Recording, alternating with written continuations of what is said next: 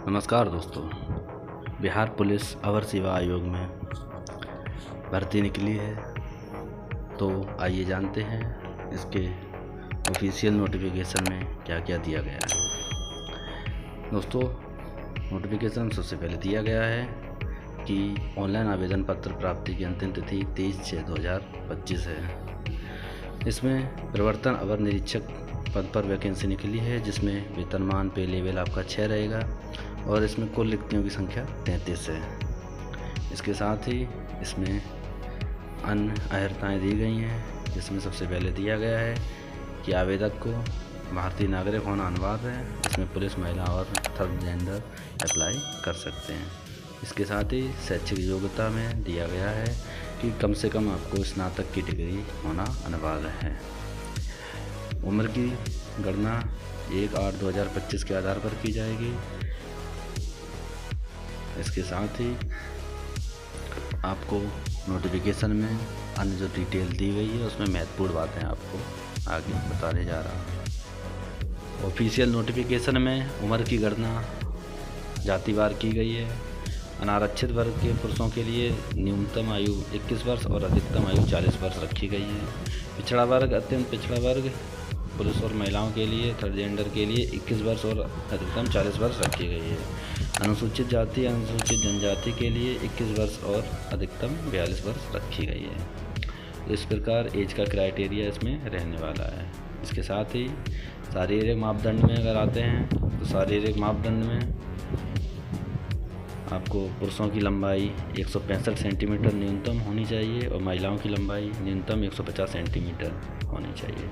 सीना की लंबाई, सीना की जो माप है वो केवल पुरुषों के लिए रहेगी। इसमें बिना फुलाए 79 सेंटीमीटर्स और फुलाकर 84 सेंटीमीटर रहने वाली है। महिलाओं के सीना की मापदंड नहीं होगी। पुरुषों के सीना बिना फुलाए 5 सेंटीमीटर का अंतर होना अनिवार्य है। तो ये आपकी शारीरिक मापदंड की पात्रता है।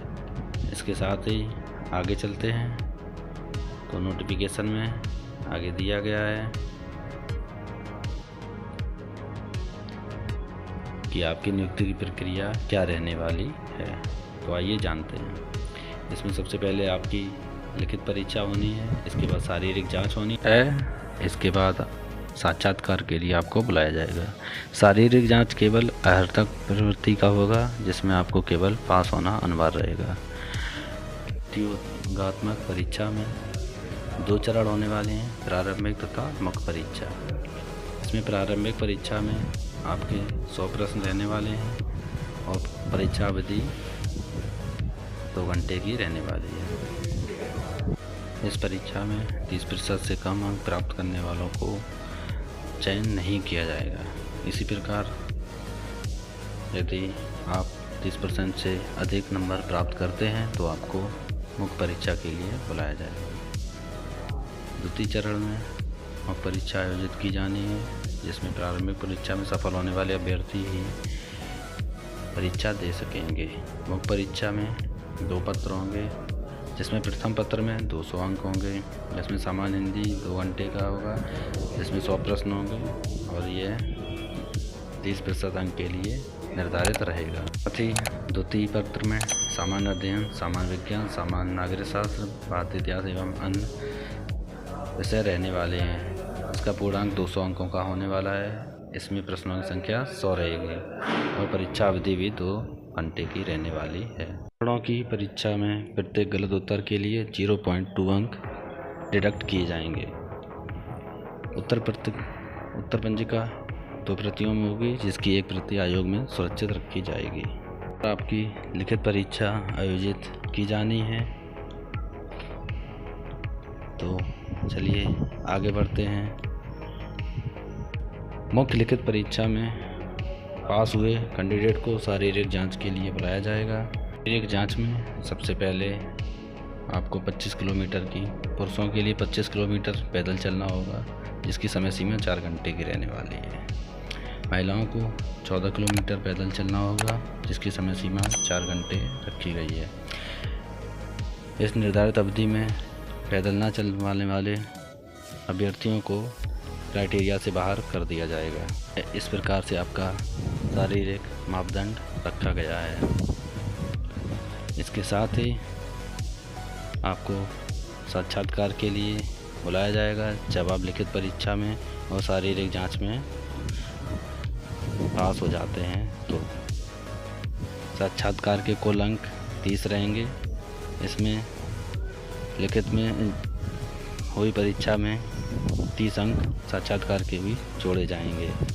इसके आधार पर ही फाइनल मेरिट लिस्ट जारी की जाएगी, जिसके आधार पर आपका चयन किया जाना है। तो इस प्रकार आपकी भर्ती प्रक्रिया होने वाली है। चलिए आगे बढ़ते हैं और जानते हैं नोटिफिकेशन में आगे क्या दिया गया है। नोटिफिकेशन में बताया गया है कि जो भर्तियां निकली हैं ये किस जाति किस वर्ग में कितनी निकली हैं। तो अनारक्षित में 19 भर्तियां निकली हैं, जिसमें से 7 सीट महिलाओं के लिए रिजर्व रखी गई हैं। इसी प्रकार अनुसूचित जाति में कोई पद नहीं है, अनुसूचित जनजाति में कोई पद नहीं है। इसके साथ ही अत्यंत पिछड़ा वर्ग में 2 पद रखे गए हैं। पिछड़ा वर्ग में 5 पद नहीं है, इसमें से 9 पद हैं। इसमें से 3 महिलाओं के लिए आरक्षित रखे गए हैं। पिछड़े वर्ग की महिला के लिए कोई पद नहीं रखा गया है, उसी वर्ग में से निकाले जाएंगे। आर्थिक रूप से कमज़ोर वर्ग के लिए EWS के लिए 3 पद रखे गए हैं, जिसमें से 1 पद महिला के लिए आरक्षित रखा गया है। इस प्रकार से आपकी भर्ती में महिला का रिजर्वेशन किया गया है। आधार पर आपकी भर्ती प्रक्रिया पूर्ण की जानी है। इसके साथ ही आगे चलते हैं और इसमें देख लेते हैं। इसकी वेबसाइट दी गई है और इसमें कट ऑफ की तिथि जो दी गई है वो 1 अगस्त 2025 निर्धारित की गई है। तो ये बहुत अच्छी बात है कि आपकी कट ऑफ की तिथि पहले से निर्धारित की गई है। इससे सिद्ध हो रहा है कि भर्ती समय से की जानी है। इसको आवेदन करने के लिए आप bpssc.bihar.gov.in पर आवेदन कर सकते हैं।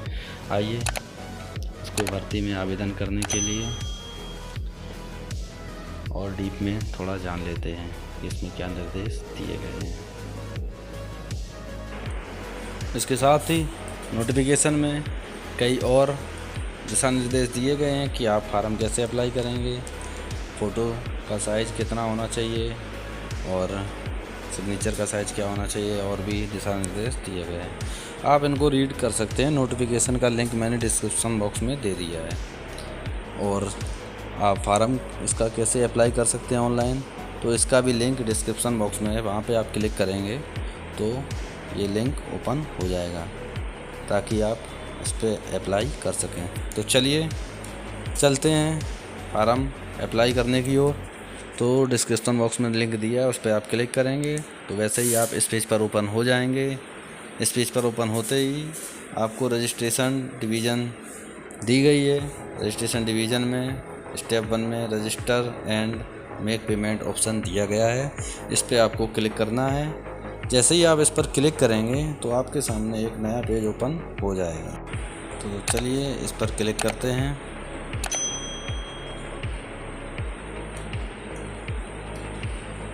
जैसे इस पर क्लिक करेंगे नया पेज ओपन हो जाएगा। इसमें आप सबसे पहले अपनी लैंग्वेज सिलेक्ट कर लेंगे, इंग्लिश या हिंदी।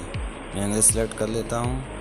इसके बाद आगे बढ़ता हूँ, नीचे स्क्रॉल करूँगा तो इसमें वैकेंसी का कुछ दिया गया है और इसमें पेमेंट का कुछ दिया गया है कि कितनी फ़ीस आपकी कटनी है।